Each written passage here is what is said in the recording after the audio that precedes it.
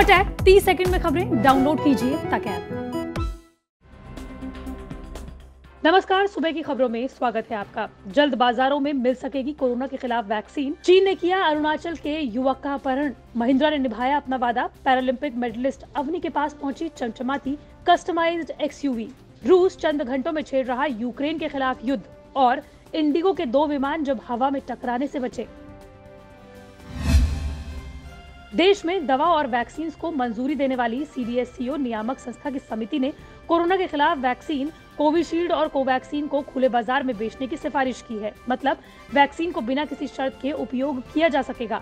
Pharma कंपनियों serum institute of India और Bharat biotech ने drugs controller general of India यानी कि डीसीजीआई से कोरोना के खिलाफ वैक्सीन को खुले बाजार में बेचने की दरखास्त की थी। दरअसल एसआईआई ने 25 अक्टूबर को drug controller general of India को एक अर्जी दी थी, जिस पर डीसीजीआई ने पुणे की कंपनी से और डेटा और दस्तावेज मांगे थे, जिसके बाद एसआईआई ने हाल ही में सभी दस्तावेज और डेटा को पेश कर दिया है। अरुणाचल प्रदेश में कथित तौर पर चीनी सेना ने 17 साल के एक भारतीय युवक को बंदी बना लिया है। अरुणाचल प्रदेश के लोकसभा सांसद तपीर गाओ ने इसका दावा किया है। सांसद तपीर गाओ ने कहा है कि 17 साल के मिराम तारन और उनके दोस्त को 18 जनवरी को भारतीय क्षेत्र में चीनी सेना ने बंदी बना लिया। सांसद गाओ ने बताया कि जिंदो गाँव के रहने वाले 17 साल के मिराम टेरॉन का अपहरण कर चीनी सैनिकों ने उसे बंदी बना लिया। अब इस मामले में सांसद ने केंद्र सरकार से मदद की गुहार लगाई है। सांसद के मुताबिक युवक का दोस्त पीएलए के चंगुल से भाग निकला और अधिकारियों को इसकी सूचना दी। तपीर गाओ ने भारत सरकार की सभी एजेंसियों से अनुरोध किया कि युवक की जल्द रिहाई के लिए कदम उठाए जाएं। बता दें कि लुंगटा जोर वही भारतीय क्षेत्र है जहां चीन ने 2018 में भारत के अंदर 3 से 4 किलोमीटर सड़क का निर्माण किया था। चीनी सैनिकों ने जिस युवक और उसके दोस्त को बंदी बनाया है वो दोनों ही स्थानीय शिकारी हैं और जिंदो गाँव के रहने वाले हैं। गाओ ने अपने ट्वीट में प्रधानमंत्री नरेंद्र मोदी, गृह मंत्री अमित शाह, राजनाथ सिंह और भारतीय सेना को टैग किया है। टोक्यो ओलंपिक में गोल्ड मेडल जीतने वाले सभी खिलाड़ियों को आनंद महिंद्रा ने उनकी कंपनी की नई गाड़ी महिंद्रा एक्सयूवी 700 गिफ्ट देने की बात कही थी। अब पैरालंपिक खिलाड़ी अवनी लेखरा के पास भी उनका स्पेशल मॉडल पहुंच गया है। इसके लिए उन्होंने ट्विटर पर थैंक यू बोलते हुए एक खूबसूरत पोस्ट लिखा।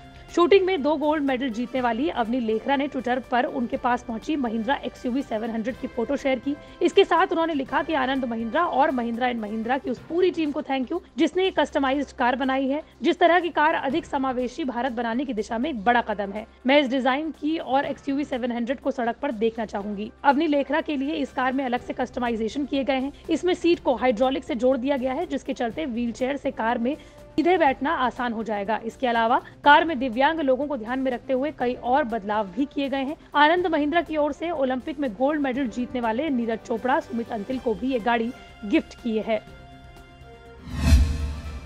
अमेरिकी विदेश मंत्री एंटनी ब्लिंकन ने कहा है कि रूस जिस तरह से तैयारी कर रहा है उसे देखते हुए लगता है कि वो यूक्रेन के खिलाफ जल्द ही युद्ध छेड़ देगा। इस बीच ब्रिटेन ने युद्ध छेड़ने पर इस्तेमाल किए गए हजारों एंटी टैंक मिसाइलें यूक्रेन भेजी हैं, जबकि फ्रांस के राष्ट्रपति इमैनुअल मैक्रो ने कहा है कि बातचीत के जरिए यूक्रेन मसले का समाधान निकाल लेगा। मैक्रो का बयान इसलिए महत्वपूर्ण है क्योंकि वो यूरोपीय यूनियन के सबसे शक्तिशाली देश के राष्ट्रपति हैं। फ्रांस को हाल ही में 6 महीने के लिए ईयू की अध्यक्षता मिली है। यूक्रेन की राजधानी कीव में अमेरिकी दूतावास में राजनयिकों को संबोधित करते हुए एंटनी ब्लिंकन ने कहा है कि यूक्रेन सीमा पर रूसी सैनिकों की तैनाती न भड़काने के लिए है और न अन्य किसी कारण से। वो इसलिए है क्योंकि रूस युद्ध की घोषणा के कुछ ही घंटों बाद यूक्रेन के खिलाफ कार्रवाई कर सकता है।